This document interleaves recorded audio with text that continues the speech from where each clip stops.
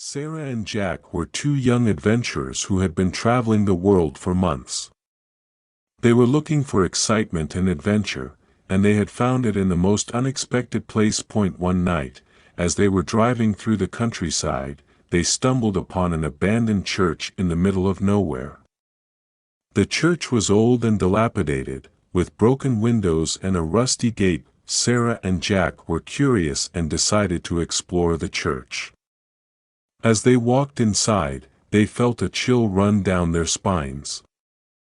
The air was cold and damp, and they could hear strange noises coming from the shadows. Suddenly, they saw a figure moving in the darkness.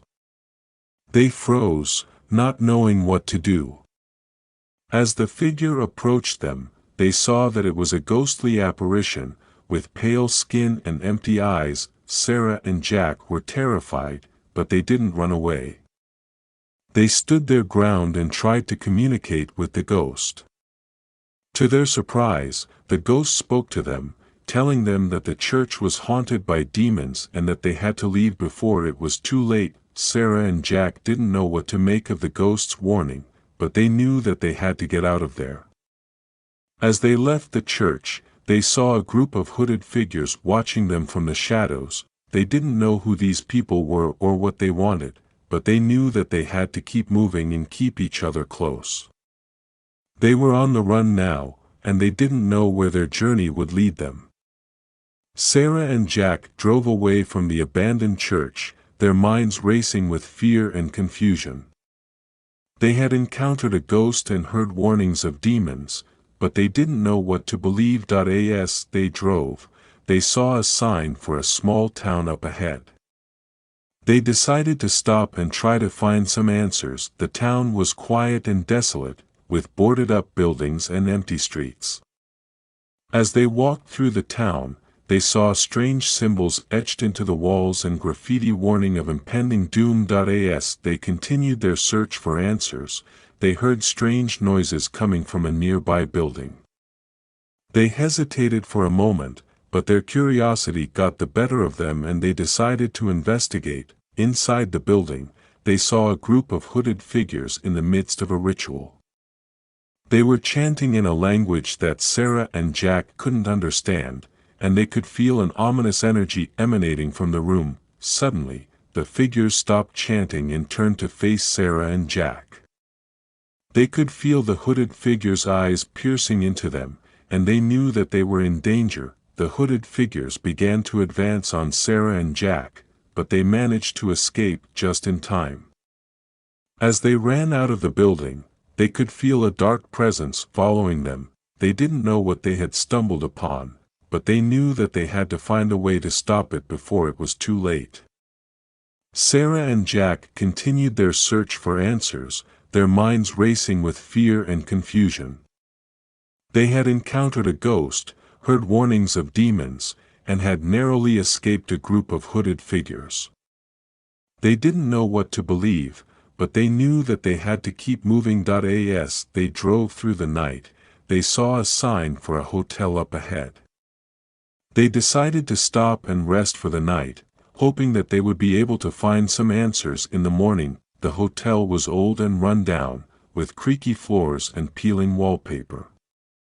They checked in and went up to their room, hoping to get some much-needed rest. As they were getting ready for bed, they heard strange noises coming from the room next door.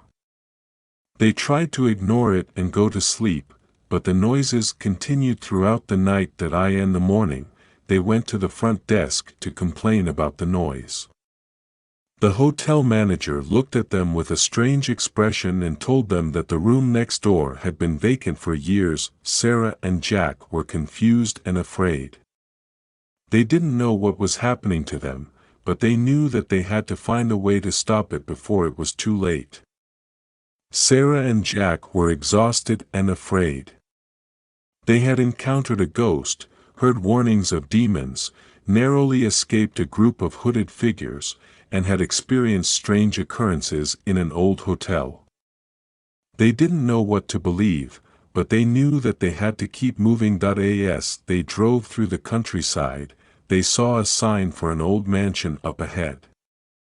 They decided to investigate, hoping that they would be able to find some answers. The mansion was old and grand, with towering pillars and a sprawling lawn. As they approached the front door, they could feel a cold breeze blowing through the air. As they entered the mansion, they saw a ghostly figure in the distance. They froze, not knowing what to do.